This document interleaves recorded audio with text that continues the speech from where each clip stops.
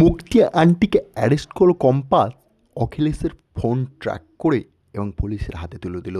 যখন বন্ধুরা মুক্তি কথা বলতে থাকে অখিলেশের সাথে এবং অখিলেশ বলে খুব সাবধানে কাজটা করতে হবে, বাইরের থেকে সমস্ত ডিল করার জন্য লোকজন চলে এসছে, আমাদেরকে নোটিশ করতে হবে সবটাই।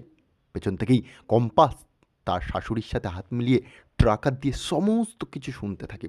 এদিকে অখিলেশ বলতে থাকে আমি দেখে নেবো বাকিটা সব, তুমি ফোনটা রাখো।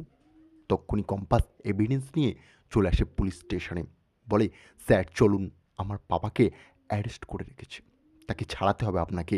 সঙ্গে সঙ্গে সমস্ত প্রমাণ পুলিশ অফিসারকে দেখালেই কম্পাস ও তার স্যার চলে যায় পুলিশ নিয়ে সেই ডেরায় যেখানে মুক্তি তার বাবাকে আটকে রেখেছে।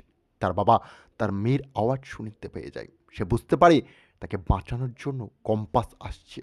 কম্পাস সঙ্গে সঙ্গে সেখানে গেলেই পুরো স্পেশাল ফোর্স অ্যারেস্ট করে নেয় মুক্তি আংটি ও সবাইকে। এদিকে তার বাবার গায়ের রশি একটু একটু করে খুলে কম্পাস গিয়ে বলে কি ভেবেছিলেন ম্যাডাম আপনি জিতে যাবেন? এতটা সহজে তা তো সম্ভব নয়। আপনার ও আপনার প্রেমিকের সমস্ত কথোপকথন আমি শুনে ফেলেছি, সেইগুলোই ট্র্যাক করে আপনার কাছে পৌঁছে গেছি। এবার আমি আমার বাবাকে নিয়ে গিয়ে সেই সমস্ত এভিডেন্স পৃথিবীর সামনে নিয়ে আসবো। আমার বাবা ও আমি পুরো দেশকে ওষুধের এই চক্রান্ত থেকে বার করব।